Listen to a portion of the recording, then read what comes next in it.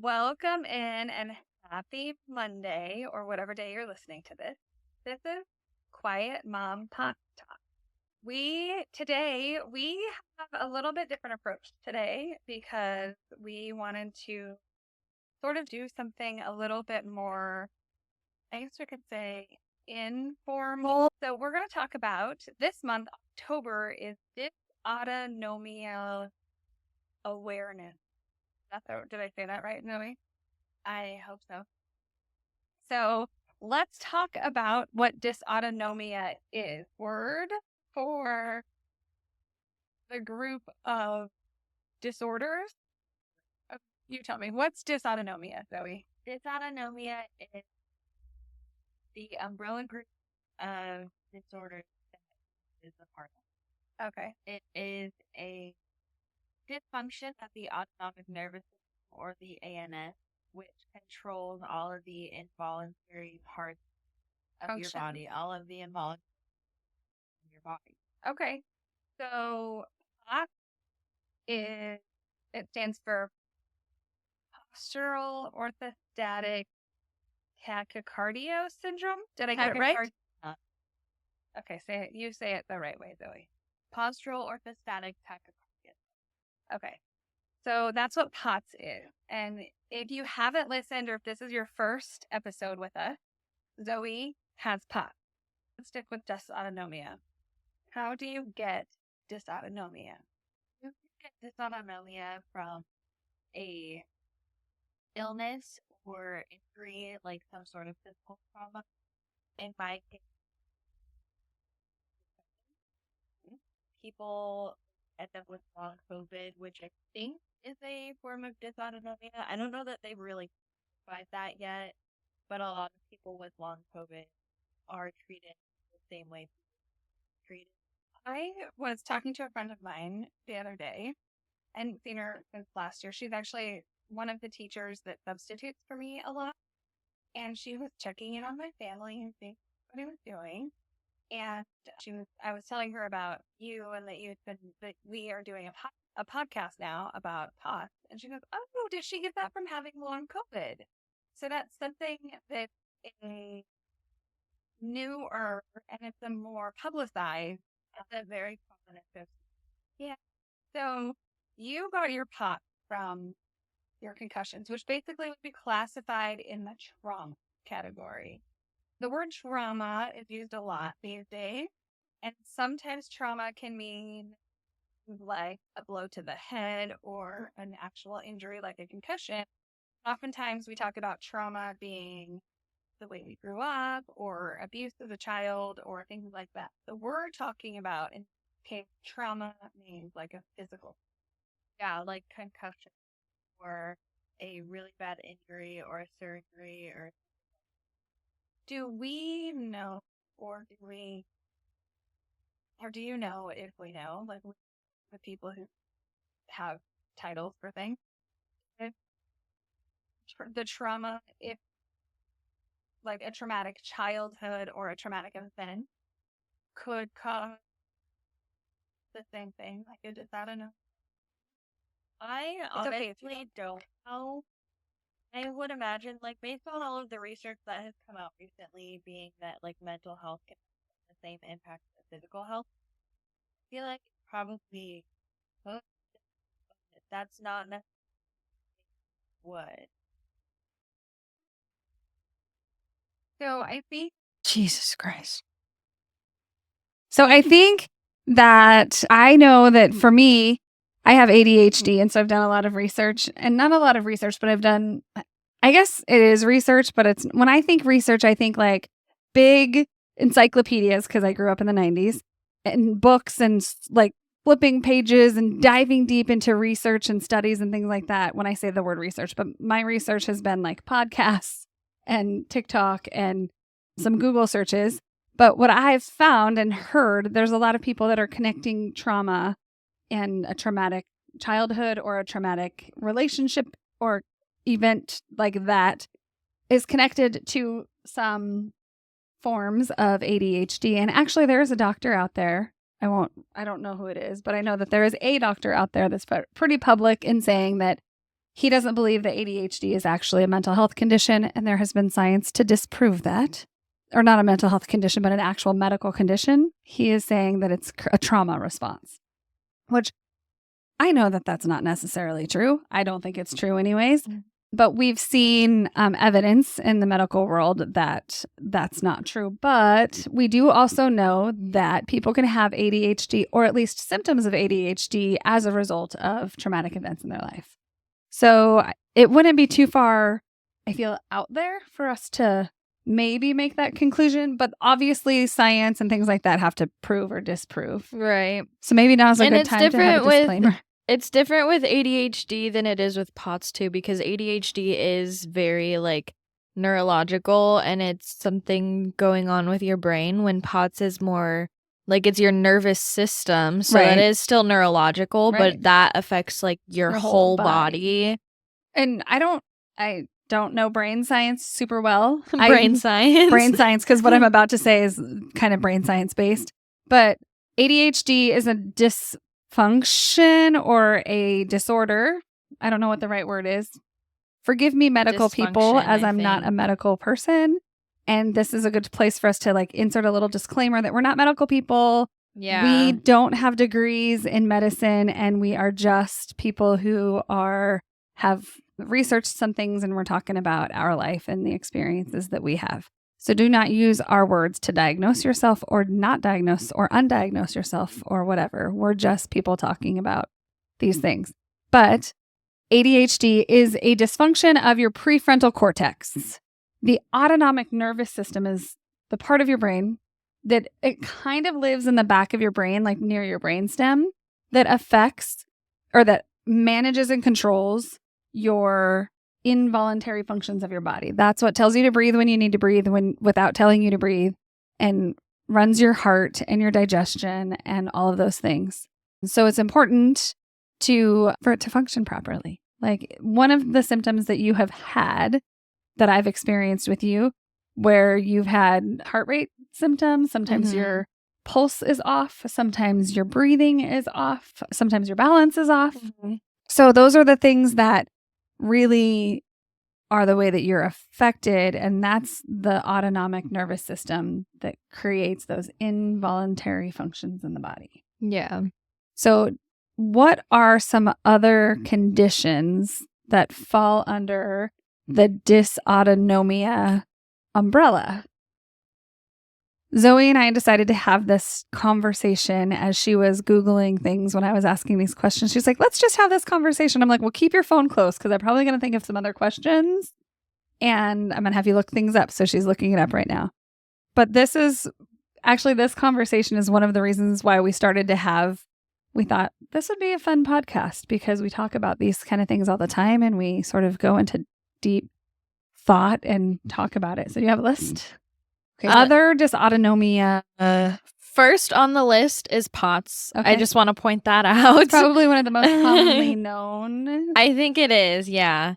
Another one is orthostatic hypotension, vasovagal syncope, familial dysautonomia, pure autonomic failure. That sounds scary. That does sound scary. Multiple system atrophy, inappropriate sinus tachycardia. And there's more, but that's just kind of a short list of if we were like responsible podcasters, maybe we would have spent some time researching some of those things to know what they are. Right. But like we just started. We just started our podcast, and we're just here to be the mom and daughter and the support system for people who are dealing with some of these things. Yeah. But not the information.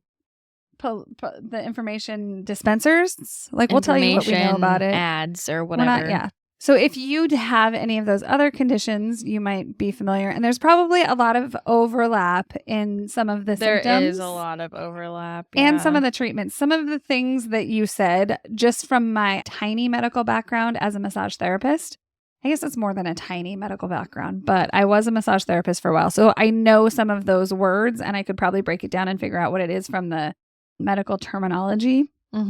But we just wanted to talk about Dysautonomia Awareness Month. And I wonder if there's a color. Do you know? Is there I think the dysautonomia color is green. Yeah. Because like we have Breast Cancer Awareness Month that is pink, and there are like different types of cancers have the different color. And if you watch the NFL, we're a huge NFL just football family in here in this household. So they're doing their Crucial Catch, which is The all the color different colors for of the colors. dysautonomia awareness is turquoise. Turquoise. I love turquoise. That's funny because that was always like my favorite color. Turquoise has always been Zoe's favorite color. And lately there's like the turquoise. I don't know. This is going to go completely off the rails and off track. But when we here in Seattle started the Kraken, a while back, the Seahawks changed their colors to the dark navy blue and then added the lime green, which you can see behind us if you are watching the video portion of this. I created this room for my son when he was born, and it's the Seahawks colors, and they added the lime green a few years ago. And then the lime green has been here forever. Since you were born, yes, but it has not been forever. You know those throwback jerseys that they've been wearing a lot lately? Yeah, but you said it like it was like not that long ago. It was, for a person that's my age, it was not that long ago. And people who have been Seahawks fans from the start, which the Seahawks started in the mid-70s. I was born in 1979, so there's my age. But it was added in probably 2004. Okay, if you are watching this and you are a podcast person, feel free to comment and correct me. I may or may not read the comments. You mean a Seahawks person? No, a podcast person. If you want to comment on this and send us a message, feel free to send us a message. I'm not exactly sure how to get those messages, but you can do that and I will gladly field your questions. This is probably going to be the one that we get the most comments on. But it was probably 2004-ish. Maybe not too much before that, because I know Sean Alexander, I want to say when Sean Alexander started, which I don't know when that was, but he married a high school classmate of my husband who... I thought you were going to say like he married a high schooler. No, he married a classmate of Dad's. And I remember when they met, or like they came here and she met him, she was kind of like, he wrote a book and he talked about it in his book. So I know this only through the book. But when he met Valerie, they were walking around. She took him to the field. And I think, if I remember correctly, she took him to Safeco Field because she didn't know where it was. But it was partly because they were rebuilding the kingdom. I don't know exactly when all this happened. Probably around 2000. I'm telling the story that I don't even know. I haven't read the book. I was a big Sean Alexander fan when he was Sean Alexander. Anyways, this is going off the track. Anyways, but what was my point? Oh, I don't even remember. I think it changed around that same time when they blew up the kingdom, moved the team to Husky Stadium for a couple of years while Quest Field was being built. And that was when the colors were changed. So it was like in the early 2000s. It was like, it seems like I guess it was the not green that long hasn't ago. been there forever. It has been since you were born. Yeah. Probably. For sure since Theron was Well, born. no, I think it was like 2004 when they changed it, because wasn't Marshawn drafted in like 2004, and he was there for like a year or two when they still had just the blue jerseys. Well, was he there? I don't know. If only Dad was here. Because there were 3 color changes. There's been 3 color changes. Oh, God. There was the royal blue jerseys and gray silver pants. Oh, yeah. Silver pants. And then there was these colors. This is the light, like the Pacific blue, I think is this lighter blue. These colors minus. We are totally cutting and all of this out. We're not cutting this out. And then the dark blue. And then another phase to where we are right now was they changed this blue to a gray. The lighter blue changed to gray. And then they added the storm gray jerseys. And then probably, I don't know, a few years after that, that's when they added the neon green jerseys. So there have been quite a few color changes. The Seahawks have gone through a lot of identity changes. They've had some identity crises, it seems and like. now they've added back the NFL, the change they added back the in. throwback uniforms that we have, though, that's like post midlife crisis. You're getting your stuff together again. You think that's a good thing? Yes. Like the going back to the throwback? Uh-huh. I could see that, but during that if you want to say the color change was a midlife crisis, there were some pretty awesome things that happened. We won a Super Bowl. We went to our first Super Bowl with this color combination. We did. Before they changed to the newer color combination. Yeah. And those were like the lighter. I have one of the lighter navy blue jerseys, not quite as the dark as what they are now. But that was with Marshawn Lynch, with the old jerseys. Marshawn Lynch also wore the new jerseys. Marshawn Lynch may have been drafted in the royal blue jerseys, though. Like, that may have been a thing. I don't He wasn't drafted. He was. He wasn't drafted. He was traded. We got him from Buffalo after he had a leg injury. Oh, I forgot he was in Buffalo. Yeah. In the first Super Bowl, we were wearing this color combo, the lighter blue, not the gray. Not the green. Not the gray. The green was there, but it was only just the eye. It wasn't as big as it is Mm-hmm. now. But then the Seahawks, or not Seahawks, but then Seattle, like the Sounders came in and they kind of picked up on the green. Mm-hmm. But then the Kraken came in. This is where I was going with this. Started talking about colors. The Kraken came in and they have this, like that teal, the Kraken teal color. I love that color. It's a turquoise. It's a turquoise teal. Well, the Mariners have the teal. Mm-hmm. The Kraken has, and it's almost like a Tiffany blue color. I don't know if that's trademarked, that title, but that's the color that it is. It's like one of my favorite, like in my top 3 of colors right now. That Kraken has blue, been for Kraken a while green or whatever. Yeah. So, anyways, is it that color teal that's the dysautonomia color? That's where full circle moment. Only took us like 10 minutes. Can you tell me you have ADD? I have ADD without. I am telling you I have ADD without telling you I have ADD. Although I already said it twice today, but I think so.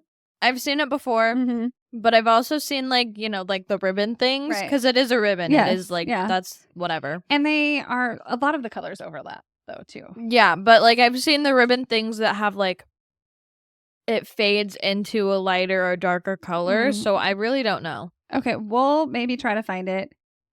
I don't know if I'm savvy enough to figure out how to put it in our show notes or in our, like, transcript. But maybe one of these days I'll learn how to do this stuff like a professional podcaster person. We're not a professional podcaster people. But so that's the color of the dysautonomia. If we figure it out, we should make like a teal picture or a teal. We'll post it on our. Yeah, we'll post it on Instagram or TikTok or we don't. I don't think we have a TikTok. I think we just have Instagram. Do we have a Facebook? No, just Instagram. Mm-hmm. Okay, so yeah, questions. So we talked about how you get it. What other conditions? We talked about what other conditions. We've talked about autonomic nervous system. I don't have anything else on my notes about that. So it'll be a really short one for today. Are we just going to talk about that? I We think talked that a lot works. about, if you, like, this is us. This is Zoe and Zoe's mom. Quiett Mom talk. Quiett Mom Pots talk. Thanks for listening. If you like this, you might want to, and you want to get a little bit more information about POTS and where we came from and Zoe's trademarked sit breaks. Mm-hmm. There are a few other episodes for you to find, and we would love for you to explore that. Yes. I keep saying in this episode. I feel like when we started, I was better at not saying Just one more thing to like close it all up. Dysautonomia is very difficult and it affects basically everything because it affects things that you don't even think happen in your body. And being somebody that deals with dysautonomia, it's very good to have people that support you and people who are understanding and who are not critical. Mm-hmm. My best advice for anyone who knows somebody or who has somebody in their life with dysautonomia is to just be sensitive to them, be comforting, be supportive, and be understanding. Don't criticize them for feeling bad or for missing out on something.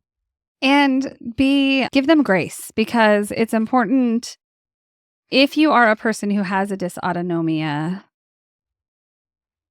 it's important for you to listen to your body. It's important for you to take care of yourself, because if your body can't function well in things like pumping your blood or breathing, it's a big deal, and it makes you tired and it makes you cranky and it makes it so that you have a hard time functioning. And you do have to, there are times in life that you have to tough it out and just do it.